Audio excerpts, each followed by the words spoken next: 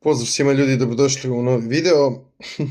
Malo gledam šta ljudi objavljuju po mrežama i mogu samo da se krstim iskreno. Pazite ovu rečenicu. Čuli ste za ove dronove i niste čuli nego ste me pitali na svakih 5 minuta a šta misliš o dronovima iznad baza, a šta misliš o dronovima iznad Londona, a šta misliš o dronovima iznad američkih baza, šta misliš o dronovima. Dakle, a ko je to bio, Nikola? Ja nisam bio tamo, ja ne znam ko je to.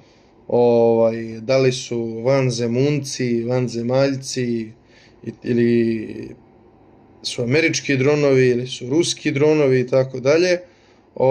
Iznao sam neke već svoje teze, ali ne mogu da znam o čemu se dešava. Ali kaže, pazite, Trump kaže da se zna čiji su dronovi, ali da država i Biden neće narodu da kažu o čemu se radi.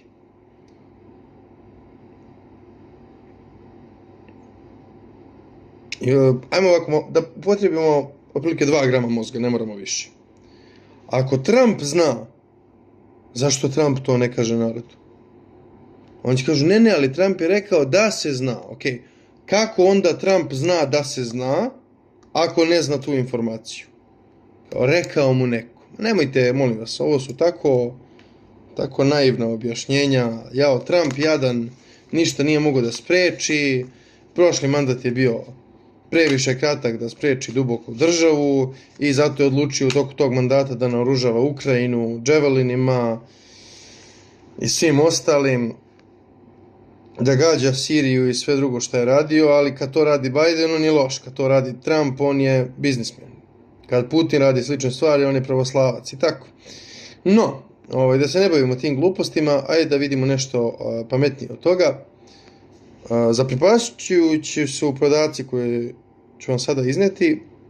Govori se o tome da kada je reč o broju osnovnih škola u školskoj 2014. i 2015. Dakle oni koji su, to je u stvari kad sam ja krenuo u srednju školu, ali ovdje se radi o osnovnim školama, osnovnih škola u Srbiji, ljudi, ovo je pre 10 godina, je bilo 3414.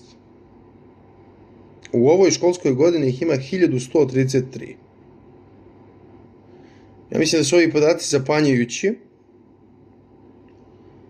što znači da se broj osnovnih škola više nego prepolovio i naravno manje je mnogo đaka nego što je bilo pre. I za to je jedini lek šetnja. Šetnja i čekanje. Strpljivo čekanje na obalama Dunava. To će da reši naše probleme. Kad smo kod šetnje, evo ga klub penzionera Niša najavio mogućnost organizovanja protestne šetnje ukoliko vlast do kraja 15. januara naredne godine ne odgovori na zahtjeve za poboljšanje njihovog materijalnog položaja. Ma nemojte da šetate, sačekajte 20. januara, već 21. stižu od Trumpa pare kad se oslobodimo MMF-a, Svetske banke, to će sve da nestane u jednom danu. Slavoljub Savić, predsjednik ovog kluba koji je jedan od osnivača opozicione koalicije Niš moj grad, saopštio je da su 16. septembra ove godine podneli gradskom veću svoje zahteve, ali da do danas nisu dobili nikakav odgovor. Ok. Znači, poljoprivrednici idu na dijaloge sa vlašću, pa pričaju sa njima, ovi podnose zahtjeve pa se žale što nisu dobili odgovor. Dan mrmota, dan mrmota, dan mrmota. Vrtimo se samo kao idioti. Carousel. Savić je kazao da su zahtevali da svi penzioneri dobiju besplatne i trajne kartice za gradski javni prevoz koje sada nemaju svi, a njihovo trajanje je ograničeno, kao i da sa svim socijalno ugroženim osobama i da se svim penzionerima koji mjesečno imaju manje od 30.000 dinara dodeli vaučer za ogrjev u vrijednosti od 20.000 dinara. Od vaučera do vaučera. Umjesto da država napreduje, raste privreda i tako dalje, mi se borimo od vaučera do vaučera. Evo sad, najavio je Šapić besplatan javni prevoz u Beogradu. Naravno, to neće oprostiti kazne onima koji su ih imali pre toga zbog neplaćanja karte. I sad, ja neću biti neko ko će da se sad pretjerano žali što je besplatan javni prevoz, ali samo mogu pitamo odakle će da sredstva dolaze koje će da pokriju te troškove besplatnog javnog prevoza.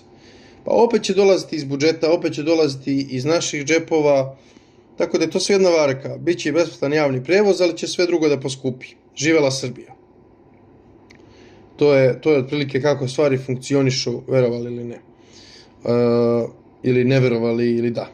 Tako da je to jedna populistička metoda sa kojom će vlasti da kažu evo vidite koliko je sad bolje, pa imali ste bolju cenu, najbolju cenu, besplatno ovo, besplatno ono, besplatne udžbenike tu i tamo, ne svuda, nego tamo da nam je najveća kriza politička i naravno imat ćemo sada besplatan prevoz opet tamo gdje je najveća kriza politička. U stvari, na ovaj način će se napraviti samo još veći jaz između Beograđana i ostatka Srbije, doprineće centralizaciji zemlje umjesto decentralizaciji i imat ćemo disparitet još veći i neravnomernost, nejednakost i sve ostalo. Pritom, strašno, sve gore do gore. Najavljen sastanak malinara i otkupljivača. Da li je moguća doplata maline? Tako je. Ajmo opet da pričate. Ajmo opet da mrmota. Ajmo opet tako. Rio Tinto kaže, ostajemo posvećeni projektu Jadar. Zadnjih dana se pojavila vest, Rio Tinto napustio, ide za Nemačku. Kako ne možete shvatiti, mislim, ne kažem za vas, možda niko nije ovdje od vas pomislio to, ali mnogi ljudi, vidim po mrežama, pišu o tome. Vi ne shvatate da vlast, svaki put kad je u nekoj mini krizi ili u krizi, podvaljuje informacije, izvlači stvari iz konteksta, medijski pumpa lažne priče koje lepo zvuče narodu i onda kaže evo vidite kako sad oni odlaze iz zemlje, pa ne žele više ni da iskopavaju, pa odustali su od svega. Strašno na koje jeftine stvari padamo. Trump govori znaju za dronove, ali neće da kažu. Ovi kao napuštamo, ali ostajemo. Kompanija Rio Tinto je saopštila da ostaje posvećena razvoju projekta Jadar po njihovoj ocjeni jednog od najperspektivnijih i najbolje istraženih litijumskih projekata u Evropi, zahvaljujući kome je Srbija u poziciji da ostvari snažan ekonomski rast uz očuvanje životne sredine i postane jedna od ključnih tačaka na globalnoj mapi zelene energetske tranzicije.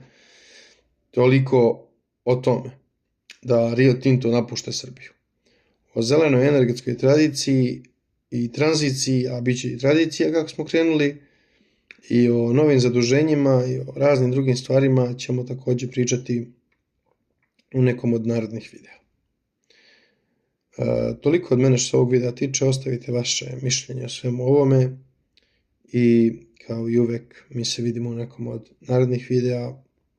Ja vas pozdravljam i prijatno.